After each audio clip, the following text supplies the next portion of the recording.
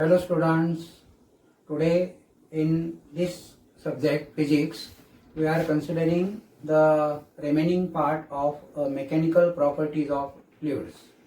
In that, first of all, let us consider the article 2.4.2, that is surface tension and surface energy. First of all, refer a figure drawn on the board.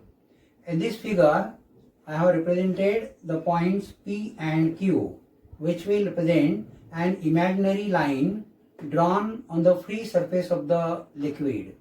The liquid under consideration may be water, mercury, or any liquid.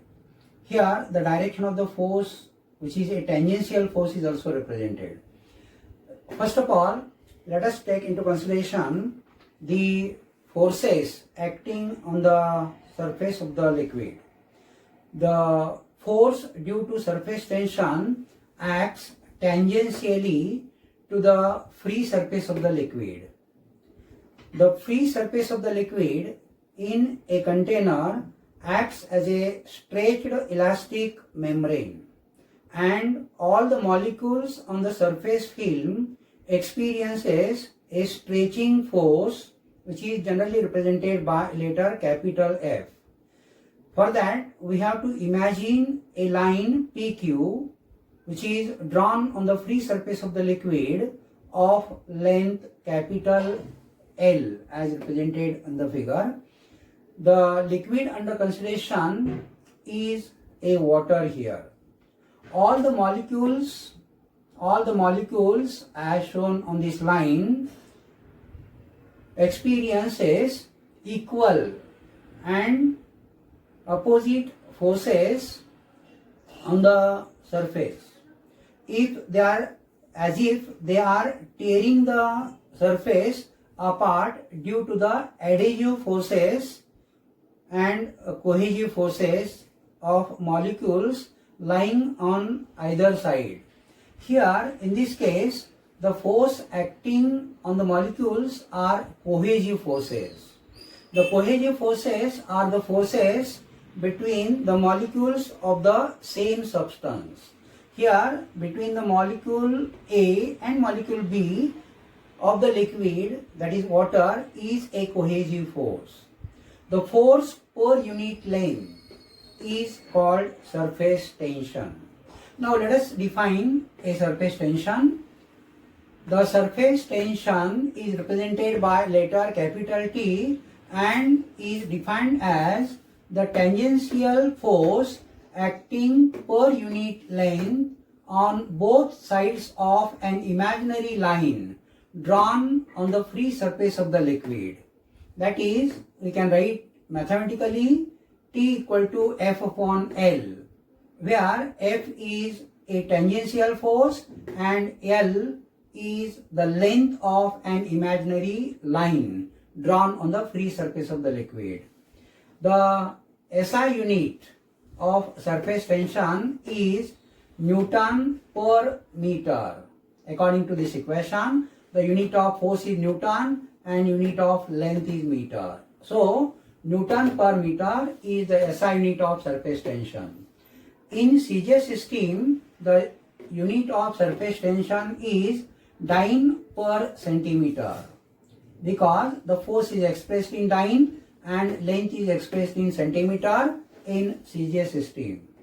Let us consider the dimensions of surface tension. The dimensions of surface tension can be obtained using this formula. For that, let us write the dimensions of force, which is the product of mass and acceleration, and L, the dimensions of length here. So, after calculating, it comes out to be L raised to 0, M raised to 1 and T raised to minus 2. These are the dimensions of surface tension. Now, let us take into consideration a table given in your textbook for reference. Actually, these values of surface tension are given in the problem if the problem is asked on the surface tension. The liquid under consideration is water here, the first liquid. its surface tension in SI system is 0.0727 and in CJ system it is 72.7. Here the mercury is the second liquid whose surface tension is 0.4355, that is 435.5, while the third liquid under consideration is soap solution. Its surface tension in SI system is 0.025, while in CJ system it is 25 dyne per centimeter.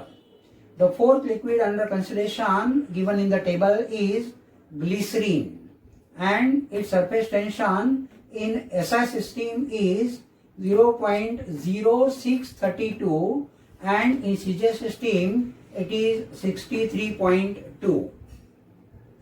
Now consider the article surface energy.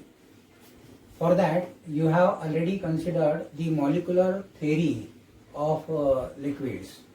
In that, here on the board I have drawn a figure in which a beaker, a glass beaker is shown, and in this glass beaker a liquid like water is taken, and according to the molecular theory I have represented three different molecules.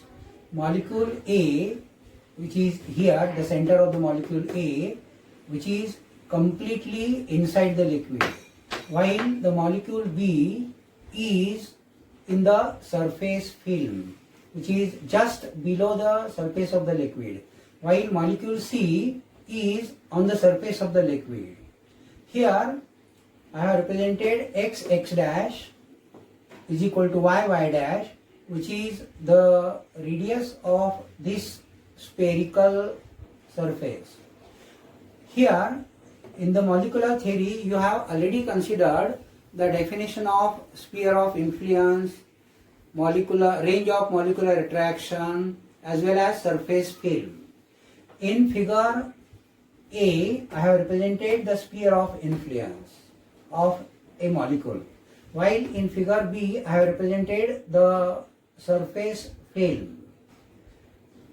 Here if you consider different forces acting on the molecules A, B and C, the molecule A is well inside the volume of the liquid, which will experience a more cohesive forces than the molecule B and C. The molecule A is surrounded by different water molecules which will exert an equal force in different directions. So the molecule A is pulled equally in all directions, and therefore the resultant force acting on the molecule A is 0. The work has to be done in order to bring any molecule from inside the liquid. For example, the molecule A, if you want to bring to the surface of the film, work has to be done, and that work here, surface molecules possesses an extra potential energy, because here in the molecule within this range have more energy than the molecule inside. This extra potential energy of the molecule in the surface layer is called a surface energy of the liquid. This is the range of molecular attraction, which is the radius of the sphere. The liquid tries to reduce the surface area of its surface film. This is the tendency of the liquid. Any liquid tries to minimize its surface area. The energy has to be spent in order to increase the surface area, and that energy which is spent in order to increase the surface area is called surface energy.